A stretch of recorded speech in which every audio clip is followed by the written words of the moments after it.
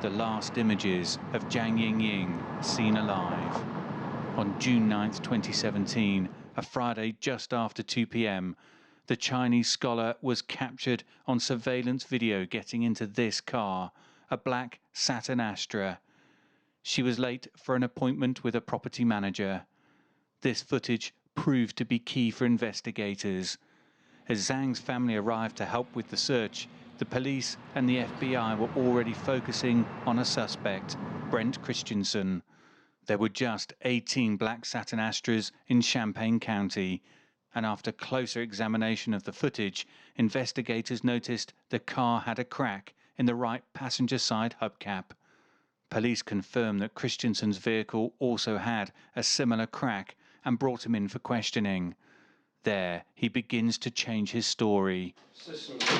First saying that he had picked up an Asian woman on a Saturday, and then admitting he might have mistaken the days. Maybe I'm getting my days mixed up then.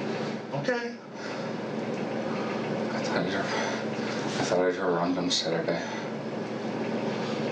I did pick a girl up. I don't remember where. Okay. I saw her picture. I don't think it was her, though. I gave her a short ride, a couple blocks. Okay. She freaked out and got out. Where'd you take her, Brent? We need to find Yingying. Tonight. After that interview, investigators let Christensen go, but they monitored him around the clock. What Christensen did not know is that his girlfriend, Tara Bullis, had agreed to wear a wire for the FBI. Oh, that's her. In all, Bullis recorded 9 conversations with Christensen. A critical recording occurred on June 29th at a vigil for Jiang, 20 days after she had disappeared.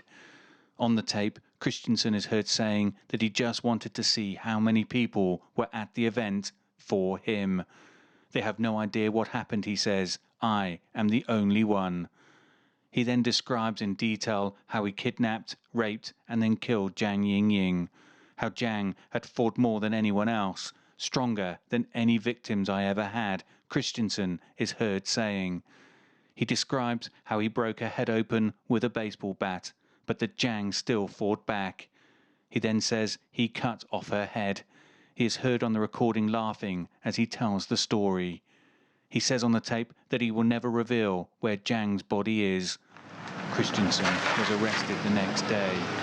Forensic analysis found DNA in Christensen's apartment and was an overwhelming match to that belonging to Jiang.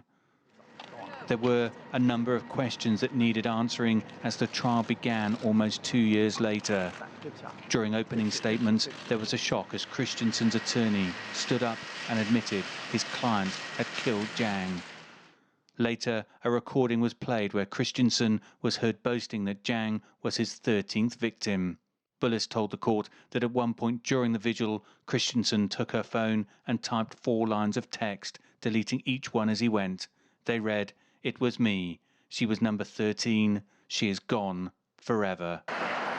Christensen's attorneys say their client had been drinking heavily that day and that he had not killed anyone else. That is of little comfort to Jiang's family.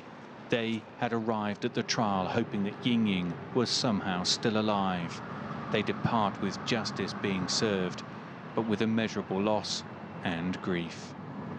Dan Williams, CGTN, Peoria, Illinois.